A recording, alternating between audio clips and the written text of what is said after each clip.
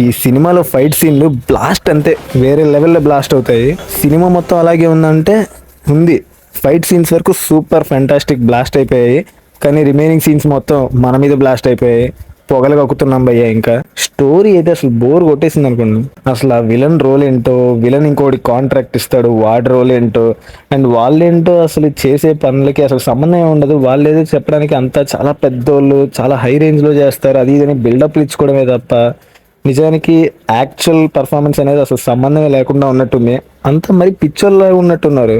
మరి నా ఒకడికి ఇలా అనిపించిందా లేదా అందరికీ అలాగే అనిపించిందా మరి నాకైతే తెలియదు.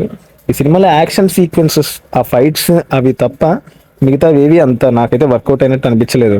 చాలా వరకు సీన్స్ అయితే ఇమ్మెచ్యూరిష్ గా అనిపించాయి. మూవీ ఫస్ట్ 10 minutes చాలా బాగా అనిపించింది. Preethi Mukundan scenes and Arjun Sarja scenes వీళ్ళవి చాలా బాగా అనిపించాయి. ఈ మూవీలో ఒక సిన్సియర్ పోలీస్ ఆఫీసర్ ఉంటాడు, అతని సీన్స్ కూడా నాకు కొంచెం బాగానే అనిపించాయి. ఫ్యామిలీని కాపాడుకోవాలి అన్న పాయింట్ నాకు నచ్చింది. అండ్ మూవీలో ఒక చిన్న ట్విస్ట్ ఉంటుంది అనమాట, అదొకటి బాగా అనిపించింది.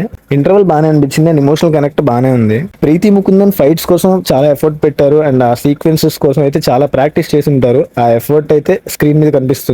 మరి ఇన్ని బాగున్నాయని చెప్పి మరి సినిమా ఎందుకు అంతేం లేదంటున్నారా అంటే, సినిమాలో అసలు వీళ్ళ family like Arjun Sarja family and ఆ స్టోరీ, ఆ రెండు అసలు కంప్లీట్లీ కాంట్రాస్టింగ్, అసలు రెండింటికి సంబంధమే లేదు. ఆ రెండు సంబంధం లేకుండా లాస్ట్లో ఒక చిన్న పాయింట్ చెప్పేది లింక్ చేస్తాడు. నాకైతే అసలు ఆ స్టోరీ కంప్లీట్లీ అవుట్డేటెడ్గా అనిపించింది. అదే మెయిన్ రీజన్ మూవీ నాకు ఎక్కకపోవడానికి. స్టోరీ చాలా అవుట్డేటెడ్గా ఉంది, కొత్త పాయింట్ ఏం లేదు. మనం ఈ స్టోరీ పాయింట్ అయితే చాలా మూవీస్లో చూస్తుంటాము. లైక్ ఒక కాంట్రాక్ట్ ఏదో ఉంటుంది, వాళ్ళకి ఎంతో కొంత డబ్బులు ఇవ్వాలి, వీళ్ళకి ఇవ్వాలి, సో దానికోసం ఏదో ట్రై చేద్దాం అన్నట్టు ఉంటుంది. సో బ్లాక్ మనీ వైట్ మనీగా మార్చాలి, ఈ టైప్ ఆఫ్ స్టోరీస్ మనం చాలా మూవీస్లో చూసాం.